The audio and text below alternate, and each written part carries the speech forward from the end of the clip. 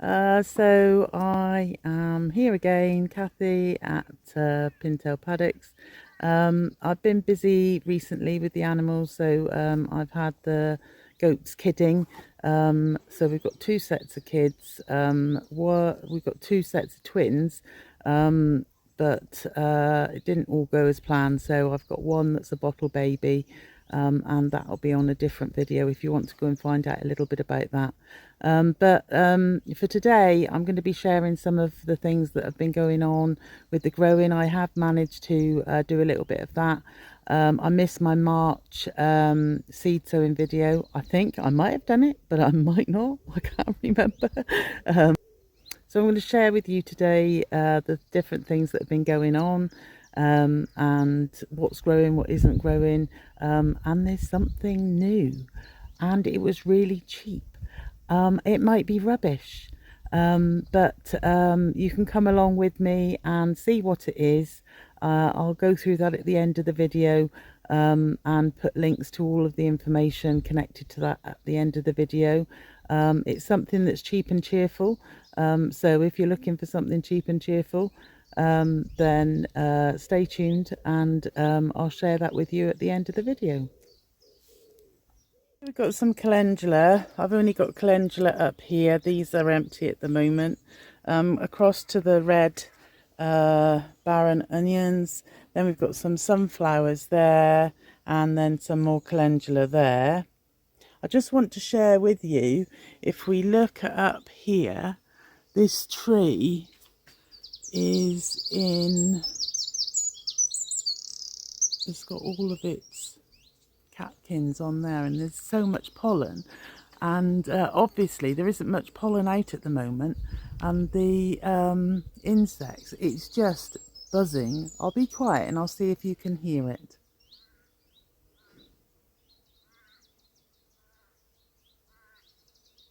It's just alive with buzzing. I can't necessarily see the things that are buzzing around. Oh, it's like little hover wasps. Oh, a big bee. And I've actually just started to see butterflies. So these ones here and over here are my different artichokes. I've tried to grow them from seed. I've got Romanesco, and I'm just looking for the other one. And that one is Green Globe. So I've got Romanesco ones and Green Globe ones. Probably they've got a bit kerfuddled, because even here I've got a sunflower. I've got some other things coming up here. So what are these? These are peas, so early onwards. So here I've got some sunflowers Evening Sun coming up there, but they're a different colour. So they're looking nice. I am watering and watering, but they're still needing loads and loads of water. So over here I have, those are sprouts, yeah, sprouts. And then we've got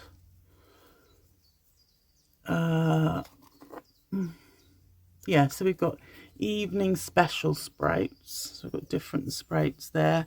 Something that hasn't come up there. Let's see what that is. Oh, the sun's bleached it. That's what I find with some of them, that it bleaches it. I've got some Arctic King. These are all different lettuces, and they're coming up. These here are all squashes, but so far I've only got one come up. Hopefully the rest will. I think these are peas. I only watered them. Hearst green shaft peas, and there's nothing in there. I think they're the same. I've got sunflowers there. I've got all my beetroot there, and then I've got pea tops there, so that's quite nice to go in your salad. So over here I've got my different broccolis. I've got lettuces there that need to go out. Cauliflower here, leeks here. I need to put some more leeks in. They were a little bit not so brilliant. I've got cabbages there, different types. So I've got Primonel, that one, and they come up quite well, and Calibos. My kale isn't doing so brilliant. Another sunflower. I've got loads of sunflowers. And here I've put early onwards peas. I hope to have lots of that peas. Another sunflower there. Sunflower evening sun, more there. My grandchildren want them, so I think it's important that you get them in, and I've got some there as well that haven't come up yet. Over here, these are my peas as well, and then I've got those are peas. But they were old seed and they didn't come up for a long time. Those there are peas as well by the look of it. What they were? What are these ones? They're sweet peas, and they're sweet peas. I don't know where the label's gone. Maybe they're the same. Right, so those are sweet peas and those are sweet peas. Now we're going to go and have a look in my makeshift polytunnel, which is my hotbed. So I've got some in there. So we'll have a look down here. I have been putting some more bark on here, which is, just lift this one up. In there. And put some parsley down here. And in here, oh dear, they look a little bit dry. So we've got calendula, tagetes, asparagus peas, Turk's turban, squash, and then we've got some basil. We've got kale here, salad onions. So we've got a multitude of different things in this bed.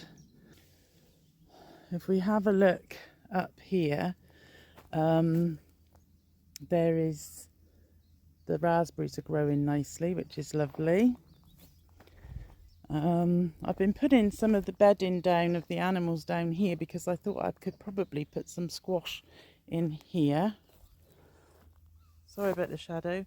There's my hostas there. Apparently, if you were to pick them when they're young like that, probably before the leaves come out, they taste like asparagus. I've never tried them myself. Maybe it's something I need to give a go. So over here, I've got a couple of onions that I replanted because I didn't want to take them out. I wanted to leave them in the soil. So they're there.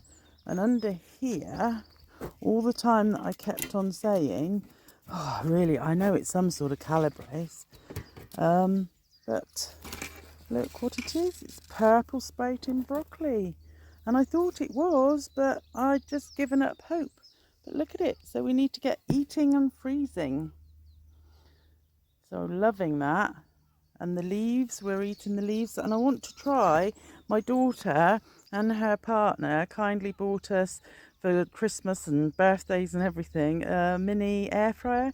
So I want to have a go at making some, their kale crisps. But I thought that we could have a go at using these. So I need to get eating it and also trying other things with it with the air fryer. So over here, we've got a few carrots that have just decided to self-seed themselves, which is fine. I've got a thornless blackberry that's coming on up there. You can see a little bit of something in the back that I'll be talking about a bit later. This is my garlic, and also I've got some onions in here. None of the ones that I put in, the seeds came up, so I've put in those and they're fine. I'm loving the flower beds, so they're looking beautiful. Not so nice from this side, better from the car side, but and also my Acer is coming on. It seems to like it there, which is good. But yes, all looking lovely and coming into spring. So this is my other hotbed. Right, so in this hotbed we've got sweet peas in here, different types. In here we've got sage, parsley,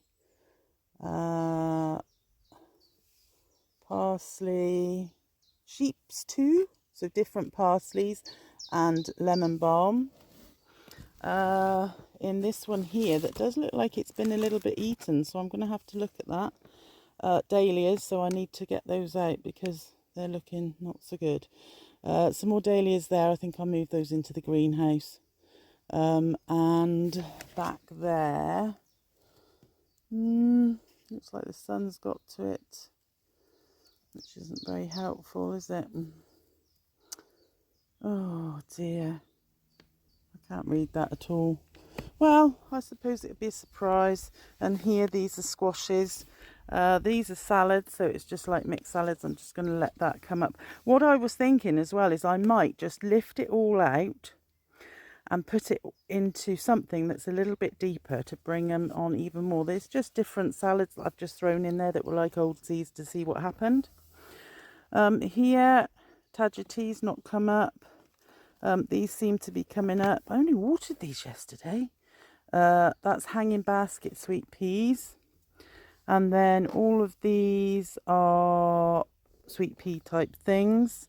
I've got turnips here, different turnips. So I've got Snowball and Petrowski. And in this one, these are different lettuces again. In here, chives, nothing. And so I think I might put those into the, and they're sweet peas. So I'm going to have lots of sweet peas, different types. So what's this one? This one's purple pimpernel, I think. So that should be nice. Hopefully you can see all of these because I can't actually see what I'm looking at. So hopefully the sun's really strong, but those are all my seedlings. So we'll take you up here. I noticed something today, so I'll share this with you. So this is my strawberries. I'm just going to let these take over this bed. But look at all of those strawberries there, look. I'm looking forward to trying those later on in the year. They'll be lovely. And I've got more there, so hopefully they'll all take off. And under here, I have got manure, but I've got my dahlias. I left them there last year, and I've kept them covered, and I mulched on top, so we'll just have to wait and see if they come up. I hope so. But those were grown from seed last year. Over here, I've got perpetual spinach. I've got some chard, but the rest of it is green beans. Now, every single day, these field beans and the perpetual spinach, along with some of the beetroot leaves, I've been giving to the animals, and they love it. Absolutely love it. So that's what's going on with me at the moment. I apologise for not putting up a video recently, but like I say, it's just been a little bit mad. I'll just show you my fruit bushes, and then we'll have a look to see what's going on with something else. So this is my gooseberries. So that's a gooseberry. These here are black currants, and those were ones I took cuttings from last year, and they're already coming on lovely. So I've got a black currant over here, and I think that this is a red currant. I was given it, put it in, I think it was last year or the year before. This one really didn't do much last year. I thought it was all one plant initially, but then realised it wasn't. So I've got to this year take them off so that I've got them as separate plants. So this is blueberries, and this is blue suede. I'm not going to say the other name because I can't say it properly, but this one here looks like it's going to come on. Now, these have been looked after exactly the same way, if anything better, and they've hardly got anything on them. Now, I don't remember what variety they were, but it just shows that different varieties can grow extremely differently.